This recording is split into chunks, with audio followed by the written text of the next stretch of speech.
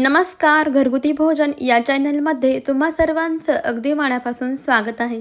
आज आपण गव्हाच्या पिठामध्ये गूळ घालून अतिशय पौष्टिक आणि पारंपरिक असा पदार्थ बनवणार आहोत। याचं आपण काय बनवले ते पाहण्यासाठी व्हिडिओ कुठेही स्किप न करता अगदी शेवटपर्यंत पहा। वेळ न घालवता आजच्या रेसिपीला सुरुवात करूया। सर्वप्रथम पहा, इथे मी पाव वाटी गूळ घेतलेला आहे। आता यामध्ये आपण जितका गूळ घेतलेला आहे ना तितकंच पाणी सुद्धा घालायचं आहे। आता हा गूळ आपल्याला व्यवस्थित असा या पाण्यामध्ये विरघळून घ्यायचा आहे। तर माझा हा जो गूळ आहे तो जरासा मऊ आहे, त्यामुळे मी इथे असाच मिक्स करून घेते। तुमच्याकडे जरासा कडक किंवा हार्ड गूळ असेल तर तुम्ही 2 मिनिटे हे पातेलं गॅसवरती ठेवून गूळ विरघळून घेऊ शकता। तर संपूर्ण यामधला जो गूळ आहे तो आपल्याला असाच मिक्स करून विरघळून घ्यायचा आहे। आजची जी रेसिपी आहे ती छान आणि पारंपरिक अशी आहे। संपूर्ण व्यवस्थित योग्य प्रमाणासह ही रेसिपी शेअर केलेली आहे, त्यामुळे शेवटपर्यंत व्हिडिओ नक्कीच पहा। या ठिकाणी आपला हा जो गूळ आहे ना तो छान असा यामध्ये विरघळलेला आहे।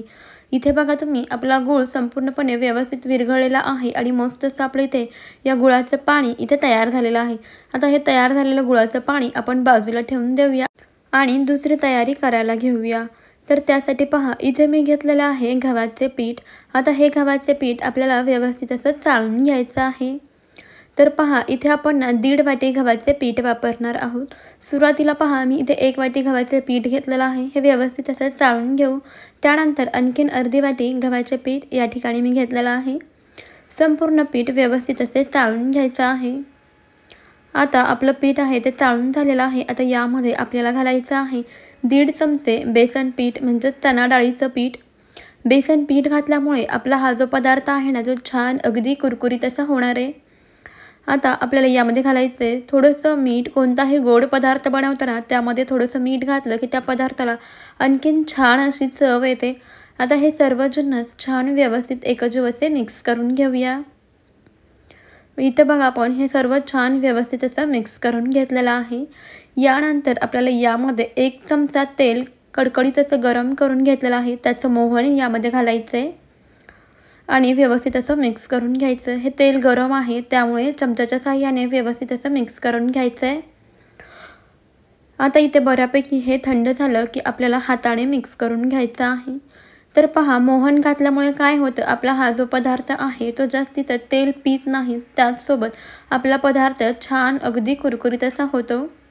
तर पहा, या ठिकाणी हे व्यवस्थित बऱ्यापैकी थंड झालेलं आहे। आता आपण हाताने व्यवस्थित असं हे पीठ चोळून घेऊया, म्हणजेच हे जे मोहन आहे ते सर्व पिठाला छान एकसारखं असं लागेल। सर्व छान एकजीव करून असं चुरून घ्यायचं आहे। असं व्यवस्थित हे पीठ चोळून घ्यायचं आहे। पहा, इथे आपण छान असं हे मोहन या पिठामध्ये मिक्स करून घेतलेलं आहे। हातामध्ये आपण जरासं पीठ घेतल्यानंतर पहा, असं दाबून पाहिलं की त्याचा छान असा मुटका तयार होतोय, म्हणजे हे पीठ छान असं बांधलं जाते। यावरून समजतंय की आपलं हे जे मोहन आहे ते सर्व पिठाला छान एकसारखं असं लागलेलं आहे। यानंतर आपण जे गुळाचं पाणी बनवून घेतलं होतं ना ते थोडं करत यामध्ये गाळणीने गाळून घालायचं आहे, कारण बऱ्याच वेळाना गुळामध्ये काही कचरा असतो, खडे असतात, त्यामुळे हे गुळाचं पाणी गाळूनच घ्यायचं आहे। एकदम जास्त पाणी नाही घालायचं, थोडं करत पाणी घालायचं आहे आणि हे पीठ आपल्याला मळून घ्यायचं आहे। जसं गरज पडेल तसं आपल्याला यामध्ये गुळाचं पाणी घालायचं आणि पीठ मळून घ्यायचं आहे। तर हे जे पीठ आहे ते आपल्याला जास्त घट्टही नाही किंवा जास्त पातळही नाही, मीडियम अशा स्वरूपाचं मळून घ्यायचं आहे। थोडं करत यामध्ये गुळाचं पाणी घालूया आणि हे पीठ आपण मळून घेऊया।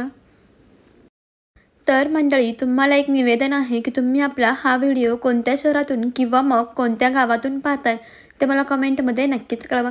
सोबतच तुम्ही जर आपल्या चॅनलवर नवीन असाल तर चॅनलला नक्की सबस्क्राईब करा। पहा, इथे आपलं हे पीठ मळून झालेलं आहे। आता आपण यावरती झाकण ठेवूया। एक 20 ते 25 मिनिटं हे असंच साईडला ठेवून देऊया, जेणेकरून आपले पीठ छान अशी भिजेल। एक 25 मिनिटानंतर पहा, यावरचं झाकण काढलं आणि पीठ पुन्हा एकदा आपण हलकी अशी मळून घेऊया। याला तेल लावून छान अशी मळून घ्यायची आहे। बघू शकता, छान असं आपलं हे पीठ भिजलेलं आहे। लगेचच आता आपण याचे गोळे बनवून घेऊया। तर बघा, इथे साधारणतः पेढ्याच्या आकाराचे आपल्याला गोळे बनवून घ्यायचे आहेत। सर्व गोळे आपण याच पद्धतीने बनवून घेऊया। हाताला थोडंसं तेल लावून घ्यायचं आणि छान असे याचे गोळे बनवून घ्यायचे आहेत। इथे तुम्ही पिठाचा सुद्धा वापर करू शकता, थोडंसं पीठ लावून सुद्धा हे गोळे बनवून घेऊ शकता। तर पहा, याच पद्धतीने आपण इथे सर्व पिठाचे गोळे बनवून घेऊ। इथे आपले सर्व गोळे बघा बनवून तयार झालेले आहेत। चला याचं काय बनवायचं आहे ते पाहूया।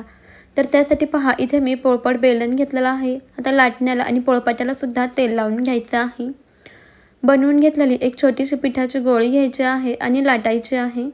तर मंडळी, इथे तुम्हाला अंदाज आलाच असेल, आपण बनवतोय छान अशा पारंपरिक गव्हाच्या पिठाच्या आणि गुळाच्या कडाकण्या। आता नवरात्री चालूच आहे आणि त्यामध्ये कडाकणी ही आवर्जून घरोघरी बनवली जाते। तर पहा, आपल्याला अतिशय पातळ अशी ही कडाकणी लाटून घ्यायची आहे, अगदी पेपरासारखी लाटून घ्यायची आहे। या ठिकाणी पहा, लाटण्यासाठी खाली मी तेलाचा वापर केलेला आहे। तुम्ही थोडंसं गव्हाचं पीठ वापरलं तरी सुद्धा चालेल। पहा, छान जितकी शक्य तितकी पातळ अशी कडाकणी लाटून घ्यायची आहे। पाहू शकता, इथे मी छान अगदी ट्रान्सपॅरंट अशी पातळ कडाकणी लाटून घ्यायची आहे। पहा, कडाकणी लाटून झाल्यानंतर जी एक पारंपरिक पद्धत आहे मी तुम्हाला दाखवते। याच्या कडा असतात ना, त्या साईडला बघा अशा चिमटीने पकडून याचे असे कान बनवले जातात। म्हणजे काही ठिकाणी अशा पद्धतीच्या कडाकण्या बनवल्या जातात, त्या मी तुम्हाला बनवून दाखवते। ही एक अतिशय पारंपरिक पद्धत आहे कडाकणी बनवण्याची। पहा, मस्त अशी इथे आपली ही कडाकणी बनवून तयार झालेली आहे। पाहू शकता, या पद्धतीच्या कडाकण्या दिसायला सुद्धा खूप छान दिसतात। पहा, छान पातळसारखी आपण ही कडाकणी बनवून घेतलेली आहे। आता याच पद्धतीने आपण आणखीन काही कडाकणीच्या 1-2 प्रकार पाहूया, त्यासुद्धा मी तुम्हाला दाखवते। कडाकणी आपण आता लाटायला घेऊया। छान पातळसर अशी कडाकणी लाटून घ्यायची आहे। जर तुमचं पीठ छान भिजलं ना, तर कडाकणी अगदी छान हलक्या हाताने आपल्याला लाटता येतात, अजिबात जरासुद्धा चिटकत नाही। हवी तितकी पातळ आपल्याला कडाकणी लाटता येते। तर तुमच्याकडे कडाकण्या कितव्या माळेला बनवतात ते मला कमेंटमध्ये नक्कीच कळवा। आणि कडाकणीला तुमच्याकडे आणखीन काही दुसरा शब्द आहे का ते सुद्धा मला कमेंटमध्ये नक्की कळवा। पहा, इथे मी दुसरी कडाकणी आपण प्लेन लाटून घेतलेली आहे। अगदी पातळ पेपरसारखी अशी आपण ही कडाकणी लाटून घेतलेली आहे। पहा, अशा सुद्धा तुम्ही कडाकण्या बनवू शकता, अगदी प्लेन अशा। आता आणखीन एक दुसरी पद्धत पाहू। तर बघा, आपण कडाकणी लाटताना काय होतं, असा वाकडा तिकडा आकार आला तरी सुद्धा चालतो। जशी तुम्हाला कडाकणी लाटता येईल तशी लाटायची आहे। त्यानंतर आपल्याकडे असं कोरीव भांडं असतं, त्याने छान असं याला गोलाकार देऊन घ्यायचा आहे। ही सुद्धा एक पद्धत वापरून तुम्ही कडाकणी लाटू शकता। आता त्याला आणखीन एक पद्धत मी तुम्हाला दाखवते, त्याची सुद्धा छान अशी पातळ कडाकणी लाटून घ्यायची आहे। अगोदर आपण कडाकणी लाटून घेऊया। तर पहा, इथे छान गोलाकार अशी कडाकणी लाटून घेतली की त्यानंतर पहा, याला ना अशा काटा चमच्याच्या मदतीने होल पाडून घ्यायचे, म्हणजे अशी डिझाईन बनवून घ्यायची। याच पद्धतीच्या सुद्धा तुम्ही कडाकण्या बनवू शकता। तर बघा, आपण याच पद्धतीने सर्व कडाकण्या इथे बनवून घेतलेल्या आहेत, म्हणजेच लाटून घेतलेल्या आहेत। चला आता याला तळून घेऊया। तर त्यासाठी पहा, इथे तेल गरम करायला ठेवलं, यामध्ये थोडंसं पीठ सोडून पाहिलं, पीठ पटकन वरती आलं म्हणजे तेल अगदी व्यवस्थित असं तापलेलं आहे। आता यामध्ये कडाकणी सोडूया आणि तळून घेऊया। अगदी मध्यम गॅसवरती आपल्याला या कडाकण्या तळून घ्यायच्या आहेत। जास्त ही कडाकणी तळायची नाही, हलकासा याला छान सोनेरी रंग आला की कडाकणी आपल्याला तेलामधून काढून घ्यायची आहे, नाहीतर मग कडाकणी करपू शकते। पहा, याला छान असा बदामी रंग आलेला आहे। लगेच आपण ही कडाकणी तेलामधून काढून घेऊयात। आता याच पद्धतीने सर्व कडाकण्या आपण इथे तळून घेऊयात। तर मी सांगितलेले सर्व प्रमाण आणि टिप्स वापरल्या तर तुमची कडाकणी 100% कुरकुरीत होईल, अजिबातच मऊ राहणार नाही। छान कुरकुरीत अशा या कडाकण्या होतील। सर्वात महत्त्वाचं म्हणजे पहा, आपण यामध्ये रवा, मैदा, साखर काहीही वापरलेलं नाही।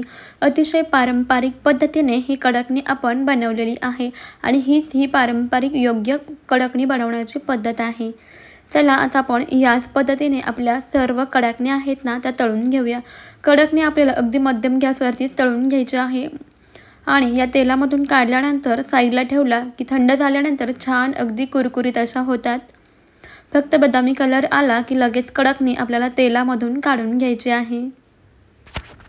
तर कडाकणीसोबतच देवीसाठी काही दागिने बनवले जातात, जसे की यामध्ये तुम्ही याच पिठापासून आरसा असेल, फणी, कंगवा, बांगड्या, त्यानंतर पान असेल, मंगळसूत्र, जोडवी हे सर्व दागिने सुद्धा बनवले जातात।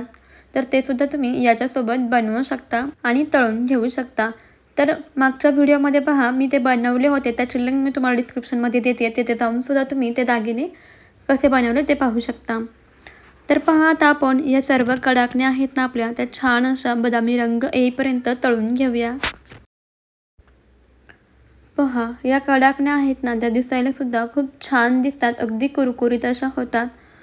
पहा इथे मी सर्व कडाकण्या तळून घेतलेल्या आहेत, पाहू शकता मस्त अगदी कुरकुरीत अशा, कमी तेलकट म्हणजे अजिबातच तेलकट झालेल्या नाहीत अशा आपल्या कडाकण्या तयार झालेल्या आहेत।